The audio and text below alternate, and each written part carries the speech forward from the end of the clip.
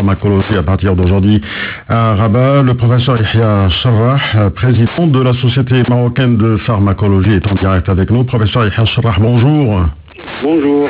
Merci d'être avec nous. Alors, un premier congrès, de quoi va-t-on parler au juste? Quelles sont les priorités justement aujourd'hui? Alors nous avons décidé donc d'organiser ce congrès, premier congrès où nous avons réunir l'ensemble donc des pharmacologues, des spécialistes du médicament, bien évidemment pour parler du médicament sur différentes facettes. Et en particulier axer la discussion sur les nouvelles thérapies qui sont les médicaments issus de la biotechnologie. C'est ce qu'on appelle donc les médicaments innovants. Qui sont très utilisés actuellement, par exemple, dans le domaine du traitement du cancer et en rhumatologie. Quel est leur intérêt, justement, professeur? Quel est l'intérêt de ces médicaments biologiques aujourd'hui? En fait, là, on passe d'une chimiothérapie qui est d'origine chimique, qui était un traitement empirique, un traitement ciblé.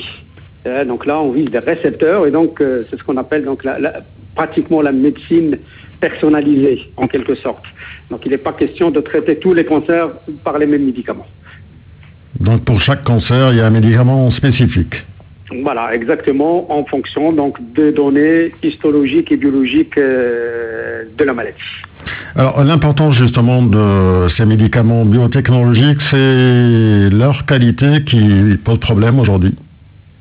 Non, c'est pas leur qualité qui pose problème. Comme tout nouveau médicament, bien sûr, il faut laisser le temps. Je dirais chaque jour, il y a une nouvelle découverte dans ce domaine. Et bien sûr, comme tous les médicaments, même les médicaments chimiques, il y a des effets indésirables, mais ils sont gérables. Et donc, il revient donc aux praticiens cliniciens, bien sûr, de les gérer. Et vous savez, dans un traitement avec médicaments, qu'il soit d'origine chimique ou d'origine biologique, c'est peser c'est le rapport bénéfice-risque. Du moment où le bénéfice l'emporte sur le risque, il faut y aller. Mais on sait que les produits de biotechnologie, professeur Yahya Charrah, sont de grandes molécules, très complexes, très instables, d'où justement l'importance de ce processus de fabrication aujourd'hui. Oui, en face au sang, à la différence des produits chimiques, là, on est en face de molécules d'origine biologique et on utilise des micro-organismes, donc souvent des bactéries, pour les produire. Bien évidemment, le procédé de fabrication n'est pas le même, et c'est vrai, ce sont de grosses molécules par rapport aux petites molécules chimiques. Et donc là, il faut, bien sûr, on ne peut pas fabriquer ces médicaments dans les usines où on fabrique, par exemple, des médicaments chimiques avec le même procédé. Les méthodes de contrôle ne sont pas les mêmes. Mais les choses sont tellement clarifiées actuellement. Bien sûr, fabriquer des médicaments issus de la biotechnologie nécessite plus d'investissement, que ce soit au niveau de la fabrication, au niveau du contrôle. Et je dirais, c'est pour ça que ce sont des médicaments beaucoup plus chers que les médicaments chimiques. Alors justement, c'est pourquoi on dit que le produit, il faut avoir des études précliniques, cliniques également, pour prouver la similarité aux produits biologiques de référence. Oui, là, vous parlez donc des biosimilaires, qui sont les génériques, si vous voulez, des produits issus de la biotechnologie. Parce que pour les produits chimiques, on parle de génériques, mais pour les produits issus de la biotechnologie, on parle donc de biosimilaires. Et effectivement, il y a une différence au niveau du développement d'un générique classique par rapport au biosimilaire. Pour démontrer la comparabilité, effectivement, il faut refaire les études cliniques et les études précliniques comme le médicament d'origine. Et donc, effectivement, c'est pour cette raison, la baisse des prix sur le biosimilaire par rapport au Princeps ne serait pas aussi importante qu'avec les génériques chimiques. Et donc là, on peut aller actuellement, les biosimilaires sur le marché, on descend jusqu'à 30%, alors qu'avec un générique chimique, on peut atteindre moins 80%.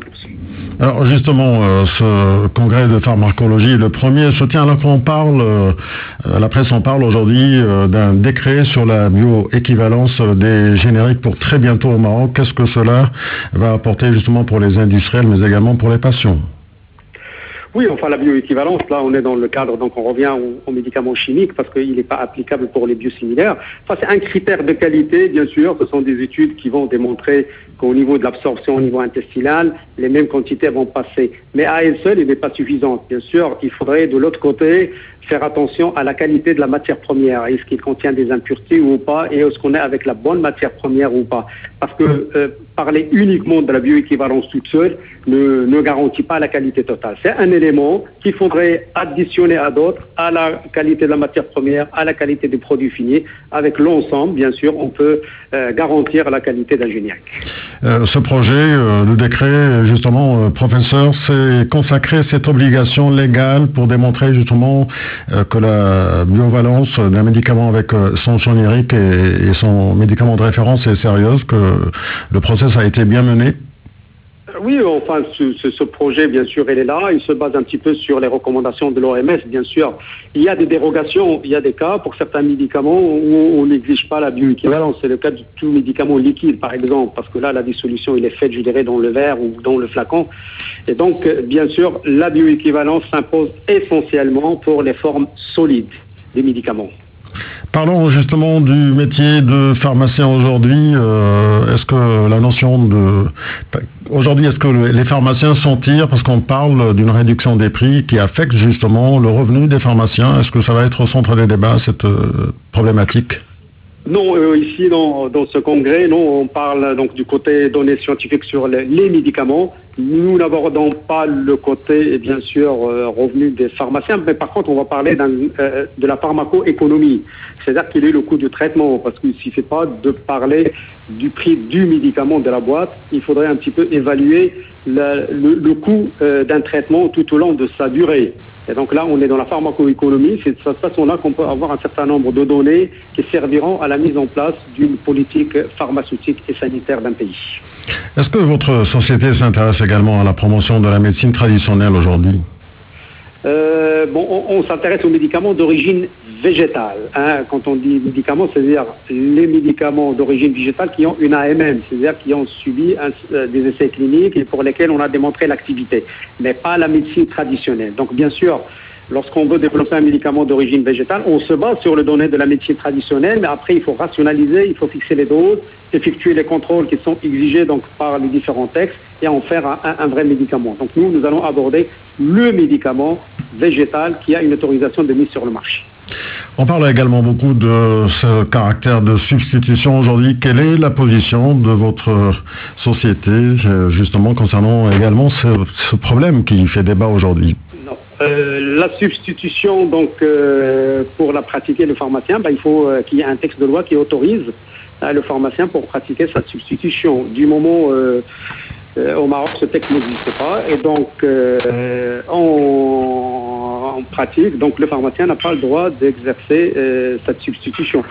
Mais c'est sûr que si on veut encourager donc l'utilisation des génériques, il faut absolument qu'il y ait un texte de substitution qui précise dans quelles conditions. Bien sûr, on ne peut pas faire la substitution dans tous les cas. Un malade qui est équilibré avec un médicament, il n'est pas question de substituer. Mais donc ça, ce sont les textes qui doivent préciser tout ça. Est-ce que donc ce débat a lieu aujourd'hui? Aujourd'hui, aujourd'hui, je ne sais pas si vous voulez dire... Aujourd'hui, c'est-à-dire que c'est d'actualité. D'actualité, bien sûr qu'il est d'actualité. Oui, du moment où le Maroc encourage l'utilisation du générique, je pense qu'il est temps de sortir donc des textes qui réglementent et autorisent, réglementent et limitent la substitution. Professeur Yahya Charrah, aujourd'hui, quelle est la problématique que pose la problématique du médicament au Maroc, très concrètement? Non, je pense que dans le domaine des médicaments, nous avons la chance d'avoir une industrie pharmaceutique. Nous produisons environ 70% de ce que nous consommons. Je pense que ce soit donc les ministères de tutelle ou les industriels, il faudrait qu'on axe notre développement sur, bien sûr, on continue à encourager l'arrivée des génériques, des médicaments innovateurs et commencer à penser à des unités de production des médicaments nouveaux, donc des médicaments innovants issus de la biotechnologie. Parce que pour le moment, nous n'en avons aucune unité. Et donc, ce sont les médicaments de demain et donc il faudrait que le Maroc soit prêt à les produire. Nous sommes, vous l'avez dit, il y a une industrie justement pharmacologique. Aujourd'hui, nos produits sont exportés dans plusieurs pays, même en Europe. Cela veut dire qu'il y a une qualité dans la fabrication aujourd'hui au Maroc, si bien sûr il y a une attractivité pour ces produits à l'étranger. Non, il y a sans aucun doute le médicament marocain, de toute façon, il est contrôlé selon le référentiel européen. Nous avons un laboratoire de contrôle qui est accrédité par la direction européenne des médicaments. Et donc, sur la qualité, je pense que le ministère de tutelle et les industriels garantissent une qualité médicament selon les référentiels, la pharmacopée européenne, la pharmacopée américaine. Et donc là-dessus, il n'y a aucun doute. Je pense que c'est un débat dépassé. Je vous remercie infiniment, professeur Yahya Charrah. Je rappelle que vous êtes président de la Société marocaine de pharmacologie qui organise aujourd'hui le premier congrès de pharmacologie en partenariat avec l'Université Mohamed V Suissi et la Faculté de médecine et de pharmacie. Je rappelle aussi que chercheurs et spécialistes vont participer à ce congrès pour discuter entre autres des données sur l'utilisation et les spécificités des médicaments mis sur le marché. Merci, professeur Yahya Charrah. Merci à vous. Au revoir. Merci à vous. Au revoir.